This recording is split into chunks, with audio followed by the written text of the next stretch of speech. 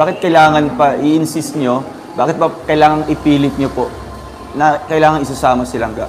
Ano ba, concerned ba kayo kay Langga or para lang sa inyong sariling kaligayahan? Hindi ko kailangan mag-explain dito sa inyo, and since may mga ibang tao naman po, talagang, ewan ko po kung totoo ba talaga or nagpapanggap lang po. Diba? Hindi pa kayo makaintindi. Pinaiyak nyo pa si Roel sa mga pinaggagawa nyo. Uulitin ko yung katanungan ni Roel. Kayo. Sorry po. Hindi ko po alam kung totoo ba talaga kayo.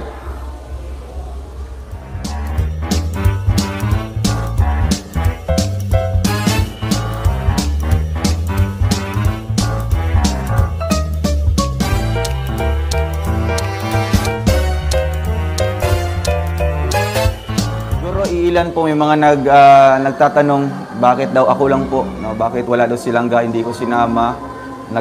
Nagkatampuhan daw po kami, 'di ba? Nag-away daw po kami kasi hindi ko sinama. Grabe. 'Di ba? Ang bilis po magsabi kaagad ng mga ganong bagay na hindi nila alam yung rason. Ano ba talaga? Taga-subaybay pa talaga kayo or taga-gulo lang po? 'Di ba? Kasi kung alam niyo po yung rason bakit po wala si Langga dito, hindi na po kayo dapat magtatanong pa. Hindi na po kayo dapat mababash pa. Diba? In the first place, hindi ko na kailangan magpaliwanag po dito sa inyo. Kasi alam ko na alam niyo na po. Siyempre, matagal ko na pong sinasabi sa live ito na si Langga hindi makakasabay sa amin sa pagkuha ng passport. Una sa lahat, may pasok siya. Diba? First day of school yan. Diba? Bakit kailangan pa i-insist nyo? Bakit pa kailangan ipilit nyo po na kailangan isasama si Langga? Ano ba, concerned ba kayo kay Langga or para lang sa inyong sariling kaligayahan? Hindi ko kailangan mag-explain dito sa inyo, and since may mga ibang tao naman po, talagang, ewan ko po kung totoo ba talaga or nagpapanggap lang po. Diba? Ang bilis po mag-comment, diba? Ang bilis po magsabi ng mga ganung bagay. Pero hindi nyo alam yung impact po sa amin. Diba? Hindi nyo alam yung impact po sa akin. Siyempre, pumunta kami dito kasi may purpose kami. Diba? Pumunta kami dito dahil sa passport na yun. Diba? Grabe kayo makapagsalita.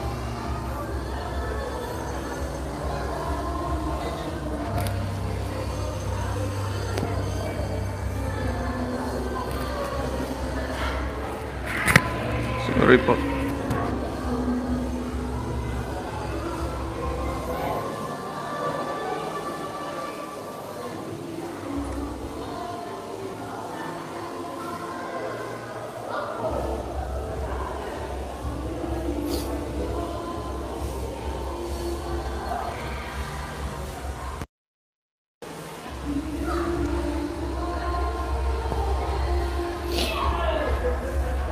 Sorry po. Hindi ko po alam kung totoo ba talaga kayo. Kasi kini-question din po nila kasi sinama daw si Maui. Ano ba kung isasama ko yung kapatid ko? Issue ba yun?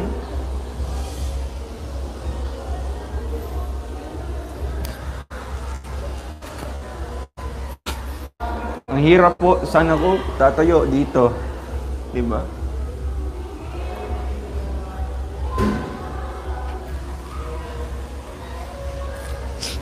Pumunta kami dito kasi may purpose kami.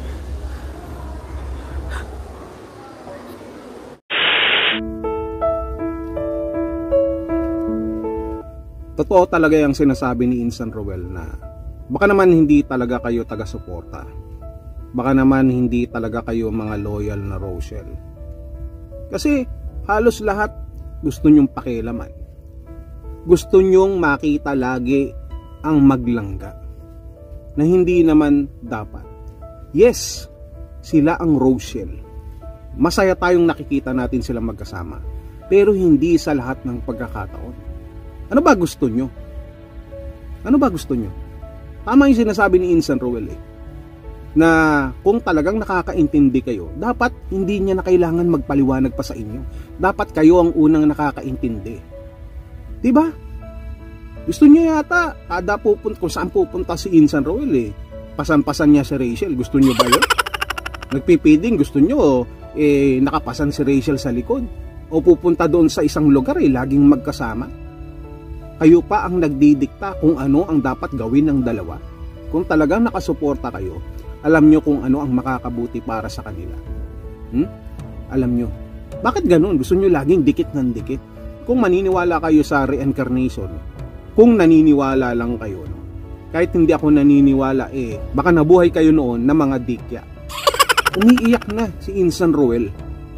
Hindi kayo makaintindi pa. Hindi namin alam kung saan ba kayo nanggaling na planeta, kung bakit ganyan ang inyong mga pag-uugali. Na hindi porket mga taga-suporta kayo ng Rochelle, ni Ruel at ni Rachel, lahat ng kagustuhan na ninyo ay masusunod. May mga pribadong buhay din yan. May mga, they need also space, lalo na may kanya-kanya silang responsibilidad. Si Ruel bilang charity vlogger at si Rachel, first and foremost, ay estudyante ng kolehiyo. At priority niya rin naman ang kanyang pag-aaral. Hindi nyo ba naiintindihan yon? Hindi naman sa lahat ng oras dapat magkasama. Ha? Ako nga nun kapag sinabi ko yung jowa ako nun na diyan ka lang, hintayin mo lang ako dyan sa isang tabi. Kung saan kita nakita, kung saan kita iniwan, diyan ka lang. Sit there. Ganun. Kaya pagbalik ko, nandoon lang siya. Hindi po pwede yun. Ganun na laging sama na sama. Kahit nung naging kami ni Nadine Lustre, kung saan ko siya iniwan, sa likod ng pintuan, doon lang din siya. Ganun din naman si Ivana, Andrea Brillantes, marami pang iba. Hindi pa pwedeng ganun. Kung tatandaan nyo na, hindi pa kayo makaintindi. Pinaiyak nyo pa si Ruel sa mga pinagagagawa nyo. Uulitin ko yung katanungan ni Ruel. Kayo ba talaga ay mga taga-suporta o nanggugulo lang kayo?